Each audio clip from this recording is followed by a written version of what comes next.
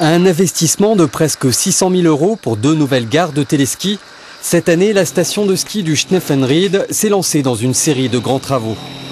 C'est un grand jour, effectivement, parce qu'au niveau du projet d'aménagement du Schneffenried, nous allons probablement inaugurer les 2 premières opérations. C'est un plan d'investissement pour l'instant qu'on a sur 4-5 ans, donc assez important pour redynamiser la station et pour faire en sorte que Schneffenried, qui est un site d'intérêt départemental, devient un peu le fer de lance en hiver au niveau touristique. Un plan de réaménagement sur 4-5 ans de l'ordre de 12 millions d'euros.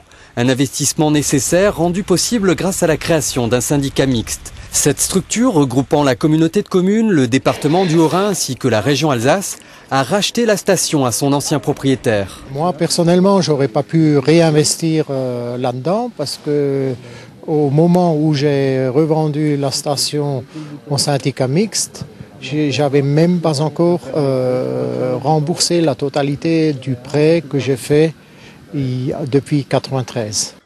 Parmi les investissements réalisés, il y a ce snowpark pour une somme de 80 000 €.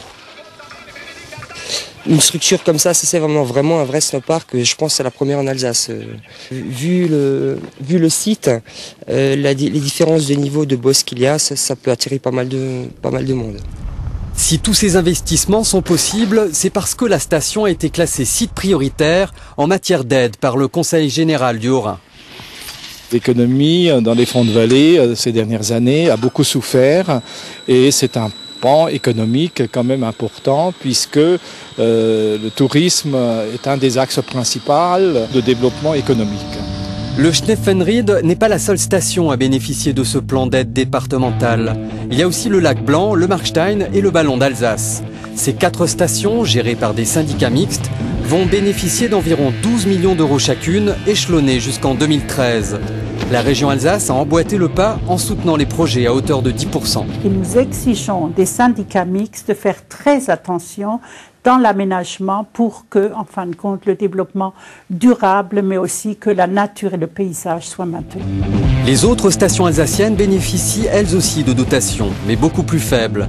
Cette politique d'aide publique est vraiment une particularité alsacienne.